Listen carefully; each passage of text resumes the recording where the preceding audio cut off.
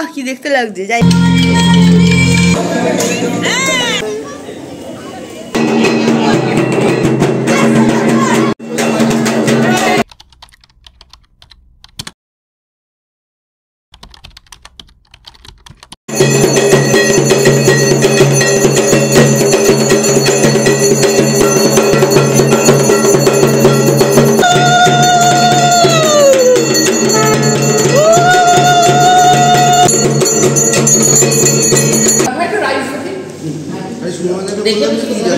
তোকে হেভি লাগছে, তোকে সেক্সি লাগছে।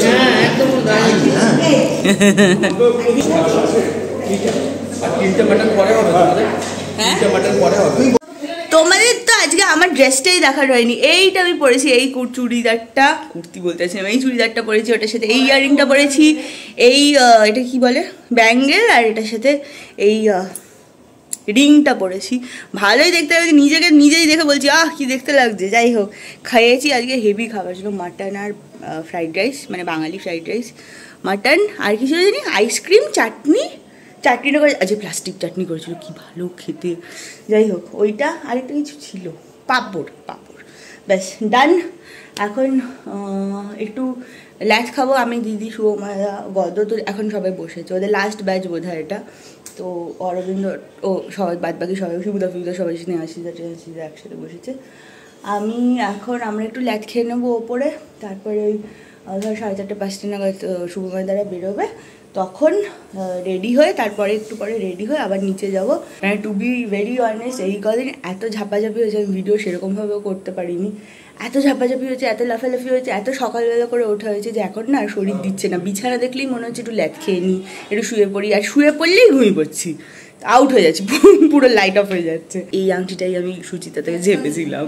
আমাদের কমপ্লেক্সে প্রত্যেক বছর পুজোতে ছোটদের যেমন নাচ গান, আবৃত্তি, কুইজ, র্যাম্প ওয়াক, বিভিন্ন রকমের খেলার আয়োজন করা হয়, বড়দেরও সেরকম হয়। কিন্তু আগের বছর যা পরিস্থিতি ছিল তাতে বড়রা কিছু করেনি, কারোর মন খুব একটা ভালোও ছিল না। আজকে যখন 1 বছর পরে ভিডিওটা এডিট করতে বসেছি, তখন ওই একটাই কথা বারবার মনে হচ্ছে, সবই তো হলো, কিন্তু যার গেল তার তো গেল, কিছু করে কি তাকে আর কম্পেনসেট করা যাবে যাদের গেছে? কিন্তু বাচ্চাগুলো তো আর অত বোঝে না, ওদের তো বছরে মোটে 2টো ছুটি, একটা গ্রীষ্মের ছুটি যেটা বড় ছুটি পায়, আরেকটা হচ্ছে এই পুজোর ছুটি, যেটার মধ্যে বিনা বকুনিতে ওরা লম্প ঝাপাঝাপি, দৌড়াতি সব কিছু করতে পারে। না টিউশন, না পড়াশোনার চাপ, না এক্সট্রা কারিকুলারের চাপ, কিচ্ছু নেই। তার উপর আবার পুজোর সময় যদি পঞ্চমী ষষ্ঠী একদিনে, নবমী দশমী একদিনে পড়ে, তাহলে তো মন খারাপ হওয়ারই কথা। তাই নবমীর দিন দশমীর তিথি থাকা সত্ত্বেও বাচ্চাদের জন্য অ্যারেঞ্জ করা হয়েছিল র্যাম্প ওয়াক, নাচ আর হাড়ি ভাঙা খেলার। ওরা তো যা পাচ্ছে করছে, কিন্তু আমরা তো ওদের দেখে হেসে অস্থির। কেউ নাচতে নাচতে স্টেপ ভুলে যাচ্ছে, কেউ হাড়ি ভাঙতে গিয়ে দিগ্ভ্রষ্ট হয়ে যাচ্ছে, কেউ বা র্যাম্প ওয়াক থেকে সরাতে গেলেই কাঁদতে শুরু করে দিচ্ছে। তার মধ্যে মাঝারি বয়সীগুলো আবার স্টলও লাগিয়েছিল, পপকর্ন আর মাসালা থামস আপের। ফাংশন শেষে আবার সকলকে পুরস্কার দেওয়ারও ব্যবস্থা ছিল। আমাদের পুরস্কার বিতরণে কিন্তু প্রথম, দ্বিতীয়, তৃতীয় বলে কিচ্ছু নেই, সবাই যে সমান, কেউ কম নয়, কেউ বেশি নয়। বাচ্চাদের মধ্যে এই সৃজনশীল মানসিকতা যাতে গড়ে ওঠে আর কারোর যাতে মন খারাপ না হয়, তাই জন্য সকলকে সমান পুরস্কার দেওয়া হয়। এবারে দেওয়া হয়েছিল চকলেট আর পেন। আর কমপ্লেক্সের যত বয়োজ্যেষ্ঠারা আছেন, যাদেরকে আমরা আঙ্কেল আন্টি বলি, তারা সবাই মিলে বাচ্চাদের পুরস্কার দেন। যাই হোক, ফাংশন শেষে ফাংশন তো হয়েছে ফাংশনের মতো, আমরা তো হেসে কাহিল হয়ে গেছি। তাই মাঝে একবার উপরে এসে ফ্রেশ হয়ে শরবত খেয়ে আবার নিচে চলে গেলাম রাতের খাবার খেতে। মেনুতে ছিল চিলি চিকেন আর রুটি। আজকে এত টায়ার্ড হয়েছি যে কি বলবো, এত জোরে খিদে পেয়েছিল। খেয়ে তো নিয়েছি, খেয়ে নিয়ে তারপর কি অবস্থা, আর নড়তে পারছি না।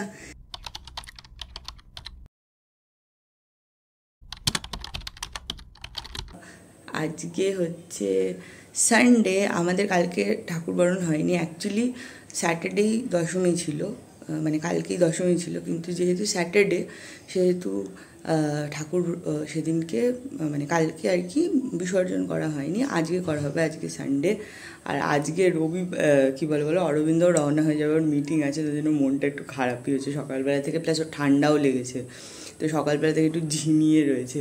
এখন বাজে হচ্ছে 10টা, আমার গলার আওয়াজ শুনে বুঝতেই পারছো যে চেঁচিয়ে আমার গলা খারাপ হয়ে গেছে। আজকে তোমাদেরকে আমি একটা দুর্ধর্ষ জিনিস দেখাবো, সেটা হচ্ছে reality of Durga Puja. In general সব বাঙালিদের বাড়িতে এরকম মোটামুটি 80% বাঙালি বাড়িতে এরকমই অবস্থা হয়ে রয়েছে। এইটা একটা রিয়ালিটি, এটা দ্বিতীয় রিয়ালিটি,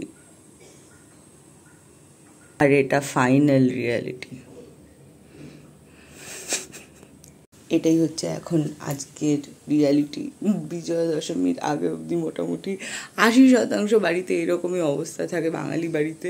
কেননা জামাকাপড় পরছি ওখানেই রেখে দিচ্ছি, প্লাস এমন টাইমিংয়ে পড়েছে না যে গোছাবারও টাইম পাচ্ছি না। যে যখন সকালবেলা উঠছি ওখান থেকে এসে টায়ার্ড হয়ে গিয়ে শুয়ে পড়ছি, নিচেই যেহেতু খাওয়া দাওয়ার ব্যবস্থা করা, ওখান থেকে এসে খাওয়া দাওয়া করে এসে ঘুমিয়ে পড়ছি। আর ফ্রিজটার যে অবস্থা, ফ্রিজটা আমি সব লেফট ওভার্স বার করে পরিষ্কার করে নিয়েছিলাম।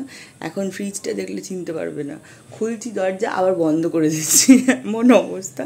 যাই হোক, অরবিন্দ আজ রওনা হয়ে যাওয়ার পর আমি আরামসে কালকে বা কালকে আর পরশুদিন দুটো মিলিয়ে একটু বাড়িঘর তো ঠিক করে নেবো। কেননা আর দেখা যাচ্ছে না, নিজেই দেখতে পাচ্ছি না ঘুম থেকে উঠে। একটু মনটা খারাপ নাকি মামা? ঠিক আছে, অসুবিধা নেই, আনতে গেছিলিস তো ঠাকুর।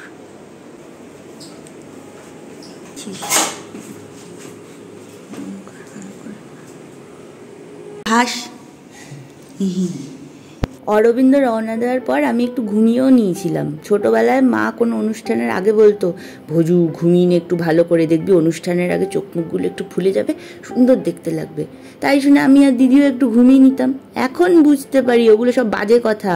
কোনো বড় অনুষ্ঠানের আগে নিজেরা বাড়ির কাজ করে জোগাড়যন্ত্রী করতে করতে টায়ার্ড হয়ে যেত, তারপর গোদের উপর বিস্ফোরা বাচ্চারা, আমরা ছোটরা যদি না ঘুমিয়ে জ্বালাতন করি তাহলে তো মায়েদেরও রেস্ট হতো না। তাই এই সব ছক্কসে আমাদেরও ঘুম পাড়িয়ে দিত, আর এই সুযোগে নিজেরাও একটু করে রেস্ট নিয়ে নিতে পারতো। এই পুজোর সময়টা না আমি আর দিদি মাকে খুব মিস করি। মন খারাপ করা মিস নয়, তবে ওই থাকলে একটু শপিং করতে পারতাম, ঠাকুর বরণ করতে পারতাম একসাথে। এইসব ভুয়ো কথা বলে হয়তো এখন ঘুমও পাড়িয়ে দিতে পারতো। যাই হোক, দেখতে দেখতে একটা বছর কেটেও গেল বলো, আবার তার ছানাপোড়া নিয়ে বাপের বাড়ি আসার সময়ও হয়ে গেল। আমি যদিও আবার অনেকটাই লেট হয়ে গেছি আগের বছর পুজোর সিরিজ আপলোড করতে। তবে তোমাদের যদি ভিডিও ভালো লাগে তাহলে লাইক করে দিও, আর অবশ্যই চ্যানেলটাকে সাবস্ক্রাইব করে দিও। আবার তোমাদের সাথে দেখা হবে with a brand new blog the next day. Till then all of you stay safe, stay healthy and stay very very very happy. Bye by.